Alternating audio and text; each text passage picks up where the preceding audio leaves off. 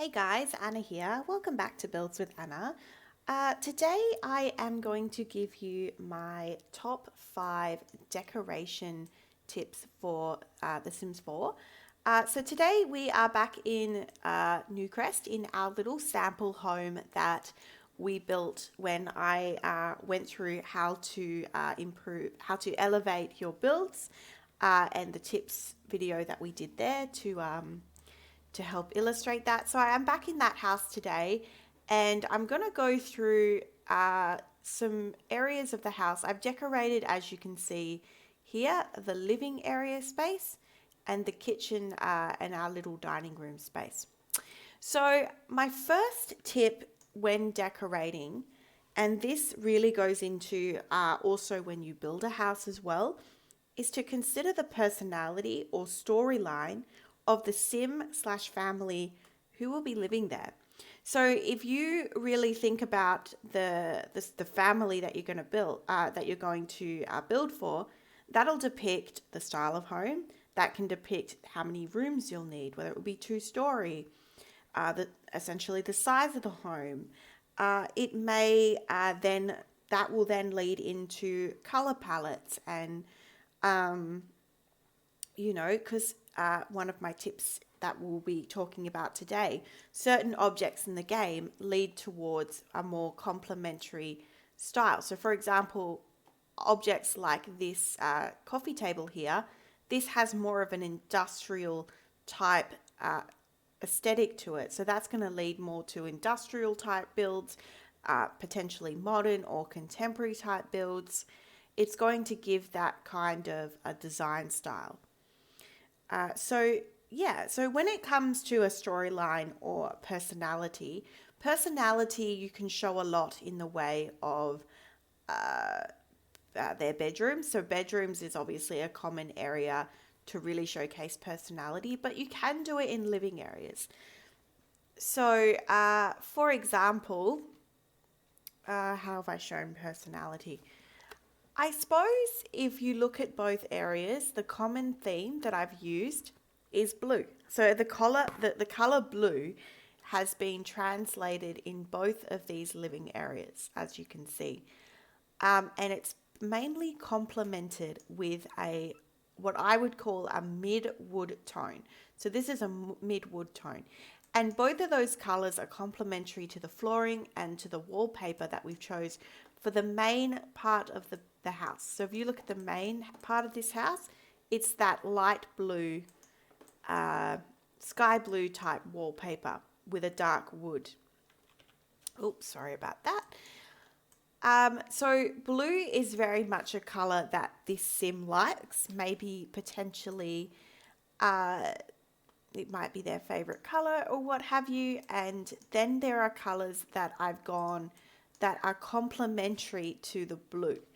So blue is a primary color. So obviously your other primary colors are yellow, red, and green are going to be complementary to that as well. So that's why you'll see I've got green here. There's some red in some of the books. I'm surprised I didn't put any yellow in this house. I'm sure I could find no yellow. But yes, but yellow is a color as well that I would use in this kind of example as well of how to blend primary colors essentially. So lots of blue here and lots of different shades of blue. And that also matters as well in terms of it being a complementary color scheme versus having something that is a focal point and a contrast piece.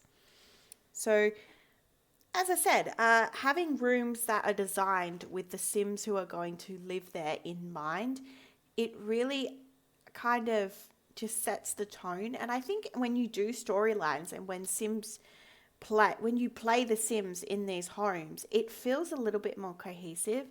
And it helps with that kind of depiction of personality. I know now with the new high school years pack, you can really do that quite well in teen bedrooms and so forth because there's just so many objects that really tell a story.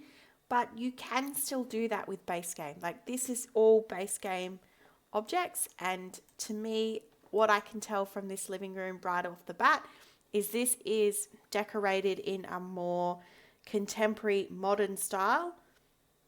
I can also tell that there are children toys. So that depicts to me that there is a child or potentially children, maybe a toddler in this home.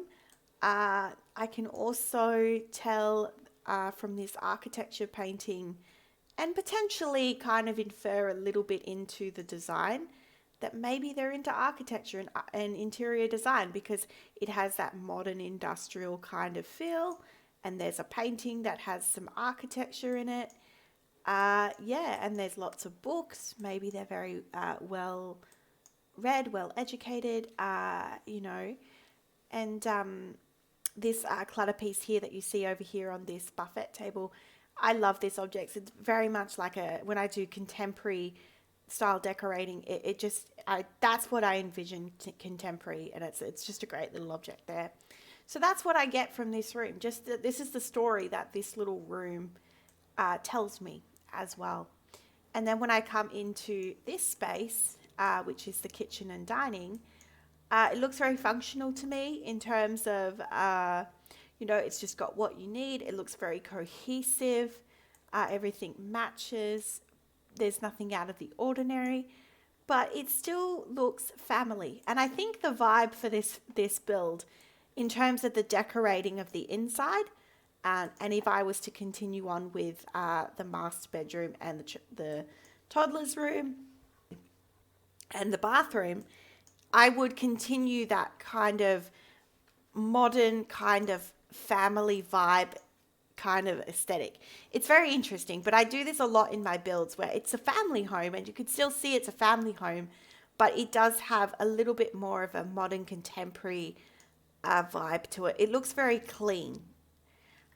It's not a very messy lived-in family home. It's a very clean and minimal family home. Okay, so that's my tip number one. I've kind of alluded into a little bit of all of them in that one example though. So let's move on. Number two, obviously just what I alluded to. Consider what style house you're building. If you're building a beach house in Sulani, you're not going to have some industrial kind of objects because it's going to be really out of place. If you were building, a cottage, you're not going to have some really geometrical shaped objects that are very present in like a modern build. So that's what I mean by consider the style of house you are building, and therefore your objects should reflect that. Okay, number three, let's talk about color.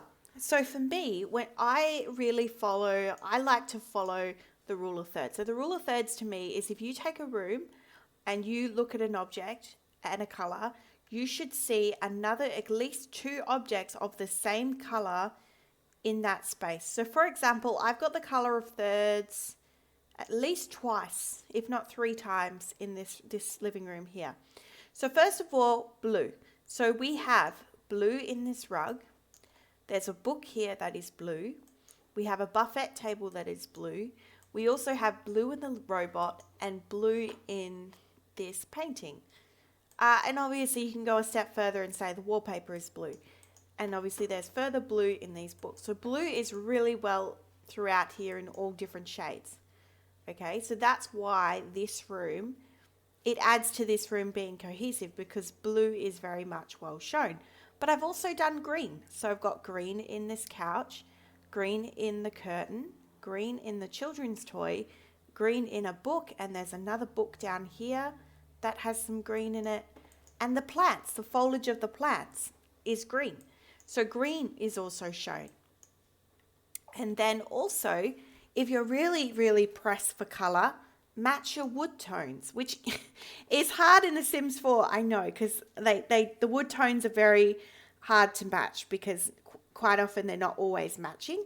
But I've got that mid-tone brown wood tone throughout this room as well. So it's in the chair, the lounge, it's in the buffet table, it's in this bookshelf. I kind of think it's similar in this coffee table, but that might be a bit of a reach. but as you can see, there is 3. And that's what I mean by if you do that, it's going to look more visually appealing to the eye because it looks cohesive. If I was to cut this room into 3, that color would be present in each third. So rule of thirds. So that's a good starting tip if you need help with color theory and essentially what goes with what. Okay, so number 4, play around with the size of your objects. So sizing an object up or down can actually change the way that your room functions, the way that it appears. It's the same as moving an object up or down. So using the 0 and 9 key, so if I press Control and press the 9 key, I can raise up objects and I can then alt place them wherever I would like. So that allows me to be more precise with my placement and be able to use clutter items and items that potentially I wouldn't be able to use in the way that I've used in the finished product. And that's why it's also important in decorating to consider sizing objects up and down and changing the size, raising them up or down and sizing up and down. Okay, so that is tip number 4. And tip number 5, just as a general thing, I don't like to do pattern on pattern. It's something that I've always done, even when I used to do a lot of dressmaking in my time. So when I would do a lot in fashion design or quilting and what have you, and sewing, I always remembered my grandma saying, you don't want to do pattern on pattern. And so what I mean by that, if you look at this rug stands out to you because the things that I have placed on top of the rug have a solid color. So this pattern in this rug stands out to you because I have a solid green, plain colored couch. I have a solid plain coffee table and what have you. I have no pattern on top of this rug, and that makes your eyes draw straight to that pattern, and that's what makes that stand out because I haven't put a pattern on a pattern. If I was to, I don't know, for example, let me see if I can find something that's patterned, heavily patterned. It's probably easier if I just select a bed.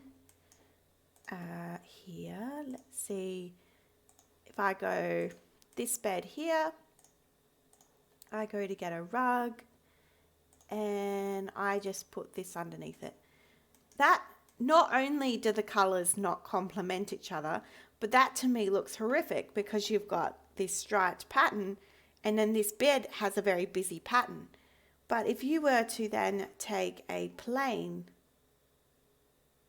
rug, automatically that looks so much better and so much cleaner because now that bedspread is where your eyes go. That's what the focal point of this design is now. And that's really important when you're decorating, is to establish that focal point of design and allow areas that have pattern to really shine by not making it look too busy. You don't want to make the viewer looking at it really confused. I mean, sometimes it works. Sometimes pattern on pattern works.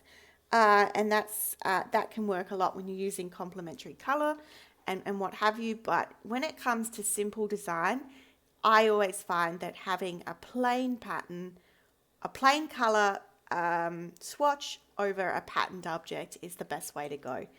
It really emphasizes the object that is pattern. Okay. So that's all my tips for you. That's the 5 tips. So let's go through them again. So number 1, consider the personality or storyline that your Sims that you'll be building for or decorating for. Number 2, consider the style of home. Number 3, size objects. Number 3 is the rule of thirds, so the color rule of thirds. Number 4, size objects up and down and raise objects up and down. And number 5 is don't put pattern on pattern. Consider not putting pattern on pattern. I mean, you can if you want, but just consider it. Just give it a try and see how you go. So anyway, there are my tips for today. I'm actually really excited about how this little sample house is coming along. I am tempted to maybe quickly go ahead and decorate the rest and upload it onto the gallery. So with that, I hope you have a wonderful day and I'll see you in the next one. Bye bye for now.